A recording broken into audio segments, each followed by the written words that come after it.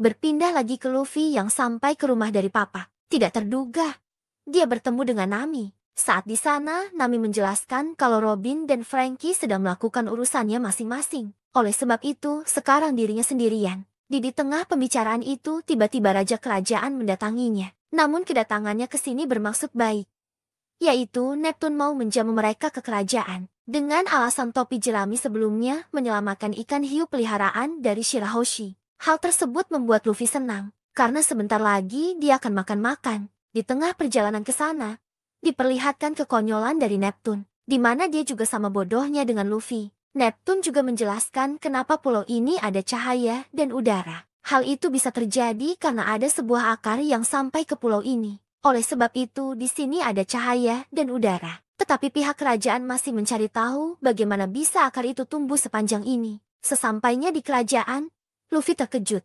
Karena istana begitu megah dan indah. Tempat ini juga berbeda dari tempat sebelumnya, yang mana tempat ini dipenuhi oleh air. Tujuannya agar para bajak laut tidak bisa menyerang kerajaan. Oleh karena itu, rumornya kerajaan Ryugu tidak bisa dibobol oleh bajak laut kuat sekalipun. Tetapi hal itu dibantah oleh Neptune, karena masih ada satu orang yang bisa menembusnya dengan mudah. Tepatnya orang itu adalah Vanderdecken. Decken sendiri memiliki kekuatan yang berbahaya. Bahkan dia bisa menembus pertahanan terkuat kerajaan. Dan dalam waktu 10 tahun ini, Decken tidak menambahkan dirinya lagi. Setelah dia ditolak lamaran oleh Shirahoshi, singkat cerita Luffy dan lainnya sedang memasuki wilayah kerajaan. Namun saat itu Luffy yang sudah lapar pergi sendiri. Dan ternyata Luffy memasuki ruangan terlarang. Ruangan yang dimasuki Luffy adalah kamar dari Shirahoshi. Sesaat di sana, Luffy dibuat terkejut dengan penampakan dari Shirahoshi yang memiliki tubuh dan badan yang besar. Bahkan tubuhnya melebihi ayahnya. Tapi meski begitu dia adalah orang yang cengeng. Hal tersebut membuat Luffy marah karena dia tidak suka orang yang seperti itu. Sementara Nami dan yang lain masih menunggu perjamuan dari Neptune. Namun tidak disangka setelah Neptune beritahu kalau Madame Shirley telah meramalkan hal buruk dari topi jerami. Bahkan rumornya bajak laut Mugiwara dianggap telah menculik para duyung. Padahal sebenarnya pelaku tersebut adalah Karibou. Tetapi Nami Usopp dan Brook tetap diam saja. Dan secara tidak terduga Zoro juga berada di tempat ini. Akhirnya peperangan pun terjadi. Sampai akhirnya peperangan itu dimenangkan oleh kelompok Mugiwara. Sesaat setelah itu tiba-tiba Fukaboshi menghubungi pihak kerajaan. Dan dengan bodohnya Zero mengancam pangeran untuk membawa Sunny Go dan para teman-temannya kembali. Jika tidak, maka Ida akan menghabisi pasukan kerajaan. Hal tersebut membuat para pangeran yakin kalau topi jerami adalah orang yang jahat. Berpindah lagi ke arah dari Luffy. Kedatangan Luffy ke ruangannya membuat Shirahoshi takut dan senang. Namun setelah melihat Luffy adalah orang yang baik, dia tidak takut kepadanya. Dan itu terbukti dari Luffy yang menghentikan kapak yang dilemparkan oleh Decken. Setelah melihat hal tersebut, Luffy bertanya-tanya tentang keadaan sebenarnya. Shirahoshi menjelaskan kalau Decken memiliki dendam kepada dirinya, lantaran dahulu dia telah menolak lamarannya. Oleh sebab itu, Decken dendam kepadanya. Di situasi itu, Luffy juga memberitahu tentang dunia luar. Alasannya agar Shirahoshi tidak bosan dan ingin pergi keluar. Saat Luffy sedikit memancing untuk pergi keluar, Shirahoshi memiliki tempat yang ingin dikunjungi, yaitu makam dari ibunya. Dan tempat itu terletak di hutan laut. Mengetahuinya, dia mengajak Shirahoshi ke tempat itu. Bahkan dia berjanji kalau dia akan melindunginya. Pada awalnya Shirahoshi menolaknya. Namun karena dia ingin pergi ke sana, dia pun menerima ajakannya. Dan bodohnya lagi untuk tidak ketahuan para penduduk, Luffy menyembunyikan Shirahoshi di dalam perut hiu peliharaan. Di tempat lain diperlihatkan beberapa bajak laut yang sedang berkumpul. Di mana kedua bajak laut tersebut adalah bajak laut terkuat dari manusia ikan. Mereka bernama Hody Jones dan Vanderdecken. Mereka berdua berniat beraliansi untuk menghancurkan kerajaan Ryugu. Bajak laut manusia ikan dipimpin oleh orang yang bernama Hody Jones. Hody sangat membenci manusia. Itu dikarenakan para manusia selalu memandang rendah para manusia ikan. Namun suatu hari dia bertemu dengan seseorang yang bernama Arlong. Di mana kelompok Arlong juga membenci para manusia. Dikarenakan dulu Arlong juga mendapatkan diskriminasi dari para manusia. Oleh sebab itu, Arlong yang awalnya hanya ingin menakut-nakuti saja malah kebablasan. Tetapi hal itu malah membuat Hody senang, karena dirinya sefrekuensi dengan idolanya. Mulai dari sini timbul kebencian terhadap manusia, dan dia berupaya keras untuk menjadi kuat agar bisa membalaskan dendamnya. Sampai suatu hari saat dia besar, dia mendapatkan kabar bahwa bajak laut Arlong telah dikalahkan oleh bajak laut Mugiwara. Dan karena hal tersebut juga membuat Hody sangat marah dengan kelompok Luffy yang telah mengalahkan idolanya. Jadi sekarang dia juga berniat untuk membalaskan dendamnya kepada Luffy. Itulah kisah dan awal mula kebencian Hody terhadap manusia. Kembali ke cerita. Saat itu mereka sudah sepakat beraliansi untuk menghancurkan kerajaan. Namun saat itu Hachi datang dan mencoba menghentikan mereka. Hachi mengatakan kalau Hody sekarang sudah keterlaluan. Namun apa yang dikatakan oleh Hachi tidak didengarkan oleh Hody. Alasannya dia tidak akan menghormati lagi orang yang sudah berteman dengan para manusia. Agar Hachi tidak banyak bicara, dia meminta Dekken untuk menghabisi nyawanya. Lalu diperlihatkan kekuatan dari Dekken yang cukup menarik, di mana dia bisa menarget seseorang sesuai dengan keinginannya. Namun saat ini dia hanya bisa memasang satu target. Karena satu target lainnya dia telah diarahkan kepada Shirahoshi. Menariknya, jika dia sudah menargetkan musuhnya, maka senjata yang dia lempar tidak akan meleset.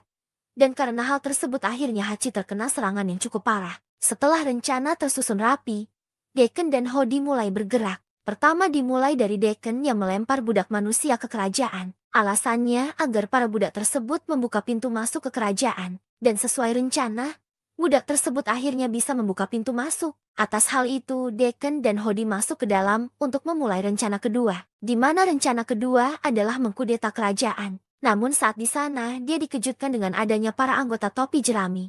Hal itu tidak membuatnya takut karena dia juga berencana untuk membalaskan dendamnya. Dalam keadaan itu, Zoro berubah pikiran dan langsung menargetkan untuk menyerang Hody. Dekken yang mengetahui kalau Shirahoshi tidak ada di tempat ini bergegas untuk mencarinya. Di kesempatan itu, Zoro melakukan cara agar bisa menyelamatkan teman-temannya dan tidak membuat masalah kembali. Tetapi Hody tidak diam saja karena dia berniat untuk membuat gedung ini dipenuhi oleh air. Di sini terungkap kalau Hody bukanlah orang yang kuat. Namun dia bisa sekuat ini karena dia memakan pil yang bernama steroid. Di mana pil itu bisa merubah kekuatan fisiknya berkali-kali lipat. Namun efek sampingnya adalah umur mereka akan menjadi pendek. Dan karena hal tersebut, Zoro kesulitan melawannya. Tapi meski begitu Zoro bisa mengimbangi kekuatannya meski di dalam air sekalipun. Sementara Nami manfaatkan keriuhan tersebut untuk kabur bersama dengan Keimi. Tujuannya untuk meminta tolong. Sedangkan Usopp dan Brook tidak berguna di saat seperti ini. Jadi mereka hanya mengandalkan kekuatan dari Zoro. Di pertarungan yang sengit itu, Zoro akhirnya bisa menebas Hody hingga tidak berdaya. Tetapi hal itu tidak berhenti begitu saja. Karena bawaan dari Hody juga memakan pil tersebut. Namun tampaknya Zoro masih bisa mengatasinya. Setelah semua itu, Zoro membebaskan pasukan kerajaan bersama dengan Neptune. Alasannya dia tidak bisa menjamin kalau mereka akan hidup. Di sisi lain Luffy dan Shirahoshi masih dalam perjalanan ke makam dari ibunya. Dan ternyata Robin dan Franky juga berada di sana. Jadi terlihat kalau mereka nanti akan berkumpul di sana. Di tengah perjalanan, Luffy melihat Chopper yang sedang mengobati Sanji. Atas hal itu, Luffy pun menemui mereka. Namun secara tidak terduga, Hiu yang tidak kuat menahan lagi akhirnya mengeluarkan Shirahoshi di depan para penduduk. Hal tersebut membuat mereka terkejut. Bahkan mereka mencurigai kalau Mugiwara mau menculik Shirahoshi. Jadi saat ini Luffy dan yang lain sedang terpojok, karena mereka tidak dipercaya oleh para penduduk. Bahkan masalah timbul lagi saat Dekken telah sampai dan berniat untuk menghabisi Shirahoshi. Tetapi itu tidak terjadi karena Luffy yang siap siaga langsung membuatnya babak belur. Setelah hal itu Luffy dan yang lain bergegas pergi agar tidak mendapat masalah kembali. Luffy pun tiba di hutan laut. Sesampainya di sana dia bertemu dengan Franky dan Sanigo. Di sana, Franky bertemu dengan teman lamanya yaitu saudara dari Tom. Bahkan Jinbe juga di sana. Pastinya dia menunggu kehadiran dari Luffy dan teman-temannya. Tidak lama kemudian Nami juga datang. Di waktu yang tepat, Jinbe baru sadar kalau Shirahoshi juga berada di tempat ini. Luffy menjelaskan dia berada di sini karena dia ingin mengantar Shirahoshi ke makam ibunya. Namun Nami memperjelas keadaan sekarang. Di mana sekarang kerajaan telah diserang oleh kelompok dari Hody. Bahkan Zoro, Usopp dan Brook masih terjebak di istana bersama dengan Neptune.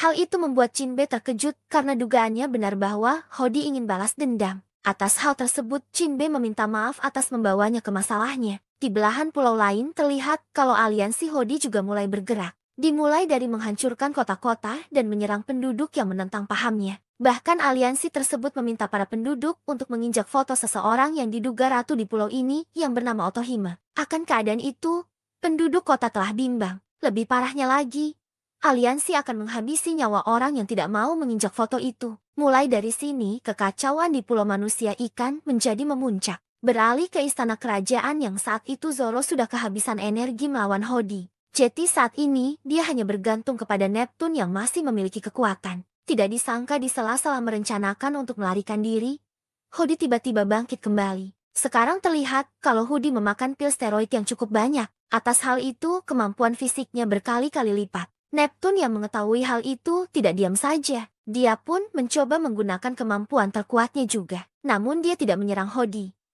melainkan membuat celah agar pasukannya bisa keluar. Sementara dirinya akan mengorbankan diri karena saat ini hanya itulah yang dia bisa. Namun tidak terduga hal baik menghampirinya. Namun tetap saja Hody tidak membiarkannya. Akhirnya Neptune bersama dengan Zoro dan lain tertangkap. Setelah itu Hody berniat membawanya ke tengah kota. Nantinya dia akan mengakhiri nyawa Neptune di sana. Bodohnya lagi, Hody meminta semua pasukannya untuk pergi dari istana.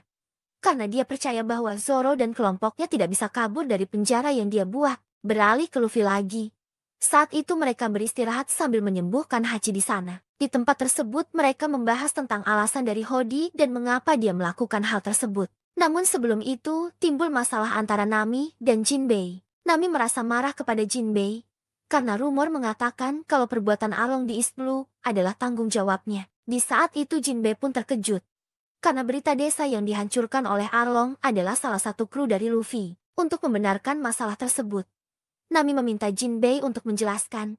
Dan apakah benar itu adalah tanggung jawabnya? Jinbei menjawab kalau itu adalah tanggung jawabnya. Namun sebelum itu, Jinbei meminta Nami untuk mendengarkan cerita asal mula kebencian manusia ikan dan kemudian dari Arlong. Dahulu kala ada seorang pahlawan lahir di distrik manusia ikan. Pemuda itu adalah Fish Tiger. Di pulau ini, Tiger dikenal sebagai orang baik dan bijaksana. Bahkan bukan tempat kelahiran saja yang menghormatinya, melainkan seluruh penduduk termasuk Raja Neptune. Selain itu, Tiger juga adalah pemimpin dari distrik manusia ikan. Lantaran di sana hanya dialah orang terkuat. Bahkan Jinbei dan Arlong juga menghormatinya sebagai pemimpin. Namun suatu hari Tiger pergi untuk berpetualang. Tujuannya sangat mulia. Dia ingin mencari sebuah kedamaian untuk hidup bersama dengan manusia. Setelah kepergian dari Tiger, Arlong dan Jinbei hidup dengan apa yang mereka suka, di mana Jinbei menjadi komandan kerajaan untuk menghidupinya. Sementara Arlong berniat untuk membuat bajak laut agar dia bisa seperti Fish Tiger. Tetapi sifat dari Arlong dan Jinbei cukup berbeda, di mana Arlong selalu berusaha keras untuk menghabisi manusia. Sementara Jinbei masih sama seperti Tiger, yaitu dia mencari kedamaian. Di saat menjadi komandan kerajaan, Jinbei belajar banyak hal tentang kedamaian menurut Ratu. Karena di saat menjaganya, dia terkejut saat Ratu bersusah payah untuk memberdayakan kedamaian terhadap para penduduknya. Kadang Arlong yang memiliki visi yang berbeda sering menentang Ratu. Jadi kedamaian menurut Arlong adalah tidak ada manusia. Selang 2 tahun kemudian, Tiger akhirnya telah pulang berpetualang. Jinbei dan Arlong senang akan kehadirannya kembali. Setelah pulang, Tiger langsung ke kerajaan untuk menceritakan petualangan selama 2 tahun ini. Ternyata dalam 1 tahun lalu, dia menghadapi sebuah masalah yang cukup besar, di mana dia menjadi budak dari para Tenryubito. Namun kenangan buruk di sana tidak bisa dilupakan. Karena saat di sana dirinya diperlakukan seperti di neraka. Neptune dan Otohime yang mendengar hal tersebut sangat terkejut. Karena sebelumnya dia berharap bahwa dengan Tiger berpetualang, manusia ikan tidak dibenci lagi oleh manusia. Kabar buruknya lagi, Tiger meminta satu permintaan, yang mana dia akan menghancurkan pelelangan agar para budak manusia ikan di sana bebas. Alasannya dia paham jelas kekejaman dari Tenryubito. Oleh sebab itu dia akan membebaskannya. Neptune dan Ratu yang saat itu tidak bisa menghentikan amarahnya pun mengizinkannya. Singkat cerita, Tiger telah membebaskan para budak tersebut.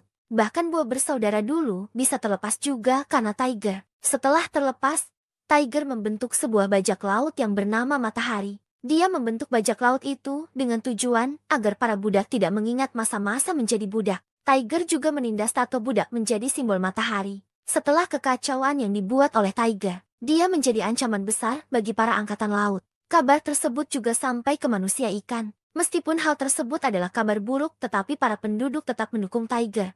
Karena apa yang dilakukan Tiger adalah keadilan. Otohime yang mendengar hal itu juga turut senang. Bahkan tekadnya sekarang untuk mencari kedamaian juga bertambah. Suatu hari Jinbei dan Arlong juga bergabung ke bajak laut Matahari. Alasan mereka adalah ingin mendukung apa yang dilakukan oleh Tiger. Namun dalam sisi Arlong, dia hanya mengikuti Tiger agar bisa membalaskan dendamnya. Cerita akan menjadi semakin menegangkan mulai dari sini. Bajak laut Matahari kini sudah menjadi incaran utama dari pemerintahan. Seiring berpetualang menjadi tidak laut, Tiger selalu mengatakan kepada krunya untuk tidak menghabisi nyawa manusia. Karena jika itu terjadi, maka kita juga sama seperti mereka. Di awal, perkataan Tiger selalu dijaga dengan baik. Namun suatu hari kemarahan Arlong yang meluap membuatnya tidak bisa melihat kebenaran. Alhasil dia melanggar dan menghabisi nyawa manusia. Tetapi anehnya Tiger tidak memarahi Arlong. Karena dia juga tidak tahu apakah cara yang dia lakukan saat ini adalah sebuah hal baik. Bahkan dia berkata kepada Jinbei kalau dia takut dengan dirinya sendiri. Alasannya dia juga sama seperti Arlong. Dia juga sudah tidak bisa menahan amarahnya. Tapi kemarahannya terhenti setelah mendengar perkataan dari Otohime. Bahwa suatu saat ada seseorang yang bisa menyatukan kedamaian antara manusia ikan dan manusia. Jinbei yang tahu hal itu sangat terkejut. Dan baru kali ini dia menyadari apa perkataan dari Otohime dahulu. Di kerajaan Otohime masih memberdayakan untuk mendukung rencananya berdamai dengan manusia, yaitu dengan cara meminta tanda tangan dari semua para penduduknya. Dan nanti jika surat itu terkumpul, dia akan pergi ke dunia atas untuk berdiskusi dengan para atasan dunia. Namun ternyata sulit untuk meyakinkan para penduduk akan hal itu, dikarenakan para penduduk masih membenci manusia. Namun di sini Otohime tidak menyerah, bahkan dia juga mengajari anak-anak dengan apa yang terjadi di dunia atas. Jadi tekad dari Otohime sangatlah besar, dan usahanya pun membuahkan hasil. Namun itu masih jauh dari harapan. Karena dia harus mengumpulkan 70% suara dari penduduk manusia ikan. Sekarang dia hanya mendapatkan 1% saja. Padahal waktu yang digunakan adalah 5 tahun lamanya. Meski begitu dia tidak menyerah. Berpindah lagi ke arah dari bajak laut matahari. Di tengah perjalanannya, sahabat Tiger meminta bantuan untuk mengantar seorang anak perempuan. Diduga anak tersebut juga adalah seorang budak. Pada awalnya terjadi pertentangan tentang anak perempuan tersebut, karena anak itu adalah manusia. Tetapi akhirnya Tiger membawanya ke kapalnya, lalu diperlihatkan hal yang sangat canggung, di mana anak tersebut berperilaku aneh, yang mana dia tiba-tiba bersih-bersih dan mengatakan jangan habisi nyawaku. Saat itu ada salah satu orang yang bernama Aladin memahami situasinya, bahwa anak itu berperilaku seperti itu karena dia tidak mempercayai siapapun. Dan trauma itu bisa terjadi saat dia menjadi budak dahulu. Bahkan Aladin berprasangka kalau anak itu telah mengalami masa sulit. Tiger pun membuang senjatanya ke laut. Lalu dengan penjelasan dari Aladin mereka mulai iba kepadanya. Beruntung Aci bisa menenangkan kondisi saat itu. Namun di sela-sela kesenangan itu Arlong masih tidak terima dengan manusia itu. Karena menurutnya kedamaian adalah tidak ada manusia. Setelah semua terlihat akrab dengan anak perempuan tersebut, Tiger memberi nama anak itu dengan nama Koala. Dia juga meminta semuanya untuk mengajarkan cara membaca dan bersenang-senang, agar Koala tidak mengingat masa lalu yang kelam tersebut. Dan mulai dari situ Tiger memiliki sebuah harapan, bahwa dengan adanya Koala maka kebencian krunya terhadap manusia bisa berkurang. Tetapi masih ada timbul masalah, di mana sesaat mereka berlabuh mencari makan, mereka selalu dianggap menakutkan bagi para manusia. Lalu Tiger yang memiliki sebuah ide, memberitahu semua krunya untuk akrab juga dengan manusia di sekitar Koala saja, yaitu dengan cara mengenal mereka dan mereka juga mengenal kita. Dan jika mereka memahami, maka apa yang akan ditakutkan lagi? Pulau demi pulau mereka lewati sambil bergembira, karena saat ini mereka sudah terbiasa dengan para manusia. Sampai suatu ketika, akhirnya mereka sampai di desa dari Koala. Waktu itu Tiger yang akan mengantarnya sendirian, karena dia tidak mau para manusia takut jika beramai-ramai. Apalagi sekarang bajak lautnya sudah terkenal. Sebelum berpisah dengan Tiger, Koala mengucapkan terima kasih sebanyak-banyaknya. Bahkan nanti dia akan menceritakan kalau manusia ikan masih ada yang baik. Hal itu membuat Tiger terkejut karena mimpinya sebentar lagi akan terwujud. Tetapi ternyata kebahagiaan itu berlangsung singkat. Karena tiba-tiba pada penduduk memanggil angkatan laut. Tiger yang sendirian pun tidak bisa apa-apa. Alhasil dia dibuat terpojok. Namun beruntungnya Jinbei datang dan membantunya. Sementara Arlong dan sisanya mengatasi kepungan dari angkatan laut. Setelah pertempuran itu berakhir, Tiger kehilangan banyak darah. Kabar buruknya dia tidak menerima darah dari para manusia. Meski begitu saat itu, dia masih memegang teguh mimpinya. Dan untuk tidak membuat kebencian terulang, Tiger meminta semua krunya untuk tidak memberitahukan kejadian ini kepada pulau manusia ikan. Akhirnya Tiger kehilangan nyawanya dengan tragis. Jinbei yang melihat hal itu tidak bisa apa-apa. Namun mulai dari sini, Jinbei akan meneruskan tekad dari Tiger. Sementara Arlong yang tidak bisa menahan amarah langsung pergi sendirian untuk menghapus semua angkatan laut. Dan secara tidak terduga, di sana ada Kizaru. Dia pun malah ditangkap. Jinbei yang mengetahuinya tidak bisa melakukan apa-apa. Arlong juga memberitahukan semua kejadian dari kematian Tiger. Dan lebih parahnya, Arlong membuat kebohongan bahwa manusia tidak mau memberikan darahnya kepada manusia ikan. Alasan Arlong adalah dia ingin manusia ikan tetap membenci para manusia apapun yang terjadi. Jinbei yang tahu hal tersebut tidak bisa berbuat apa-apa lagi. Dan sekarang dia akan menggantikan kepemimpinan dari Tiger untuk melanjutkan perjalanannya. Sampai suatu ketika dia ditawari oleh pemerintah untuk menjadi Shichibukai. Awalnya dia menolaknya. Namun dia akan memanfaatkan jabatan tersebut agar manusia ikan tidak diburu oleh pemerintah lagi. Dia juga membebaskan Arlong dengan menjadi Shichibukai. Dan yang paling penting adalah dia bisa menjadi penghubung antara manusia ikan dan manusia. Jadi dengan adanya hal tersebut, dia akan menerima keuntungan yang besar. Meskipun dia tahu dia akan mengorbankan harga dirinya dengan bekerja sama dengan orang yang menghabisi nyawa Tiger. Dan meski Arlong telah dibebaskan, dia masih tidak terima dengan Jinbei yang menjadi Shichibukai. Bahkan kebencian dari Arlong semakin menjadi jeti. Alhasil dia membuat bajak lautnya sendiri. Dan saat itu, bajak laut matahari telah terpecah menjadi beberapa bagian. Sementara Jinbei akan tinggal sementara waktu di pulau manusia ikan sambil menjaga peninggalan dari Tiger. Mulai dari sini, dia tidak tahu apa yang dilakukan oleh Arlong di luar sana. Karena bisa jadi Arlong telah memanipulasinya. Itulah kisah dari terbentuknya dan berpisahnya bajak laut matahari. Berlanjut ke cerita dari Otohime. Sesaat kabar dari Tiger telah mati dihabisi nyawanya oleh manusia. Para penduduk mengambil kembali suaranya. Alasannya manusia tidak bisa dipercaya. Hal itu membuat Otohime hancur dalam keputusasaan. Karena apa yang dia lakukan saat ini telah sia-sia. Di kondisi yang seperti itu, dia tidak sengaja kehilangan akal karena minum. Secara tidak terduga, dia mengeluarkan semua unek-uneknya kepada para penduduk bahwa dia ingin kedamaian itu terjadi. Semua orang yang mendengar curahan hati dari Otohime tergugah. Tapi itu hanya sebagian saja. Lalu cerita berlanjut saat tiba-tiba ada kapal dari Tenryubito ke pulau ini. Namun tampaknya kapal itu mendarat dengan kondisi yang rusak. Yang masih hidup hanyalah satu orang. Tepatnya dia adalah Tenryubito yang bernama Saint. Melihat hal itu, semua kebingungan. Apalagi di sini Saint juga bertindak bodoh. Yang mana dia mengancam akan menghabisi nyawa jika tidak ditolong. Hal itu membuat reputasi manusia terhadap manusia ikan menjadi memburuk. Sampai suatu ketika ada beberapa orang yang mendekati Saint. Ternyata orang itu adalah budaknya dahulu. Saat itu, mereka ingin membalaskan dendamnya atas perbuatannya dahulu. Namun naasnya saat ingin menghabisinya, tiba-tiba Otohime menyelamatkannya. Beruntungnya Otohime hanya tergores saja, mengingat dia memiliki kemampuan Kenbun Shoku Haki. Tapi hal itu malah dimanfaatkan oleh Saint untuk menyerang Otohime. Hal itu membuat semua terkejut. Karena Saint tidak tahu terima kasih. Terlihat kalau memang seperti itulah sifat asli dari kebanyakan manusia. Di kondisi yang menegangkan seperti itu, tiba-tiba muncul Si King di pulau ini. Dan ternyata hal itu adalah pemicu dari Shirahoshi menangis. Atas hal tersebut membuat kekacauan itu berhenti. Sementara Saint akan menuruti Otohime untuk disembuhkan. Cerita berlanjut dari Saint yang sembuh dari luka parahnya. Lalu Otohime memberikan sebuah kendaraan agar Saint bisa kembali pulang. Secara tidak terduga Otohime juga ikut. Tujuannya yaitu meminta surat perdamaian kepada atasan dunia. Melihat hal itu semua penduduk pun tidak terima.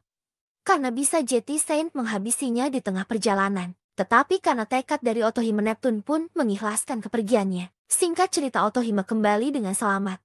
Kabar baiknya dia mendapatkan surat perdamaian itu. Namun dengan satu syarat yaitu dia harus mendapatkan 80% suara dari penduduknya. Setelah tiba kembali, Otohime bercerita kepada ketiga pangeran. Dan dia meminta janji kepada ketiga pangeran untuk menjaga Shirahoshi. Karena Shirahoshi adalah duyung legenda. Yang konon katanya duyung legenda itu bisa berbicara dengan para raja laut.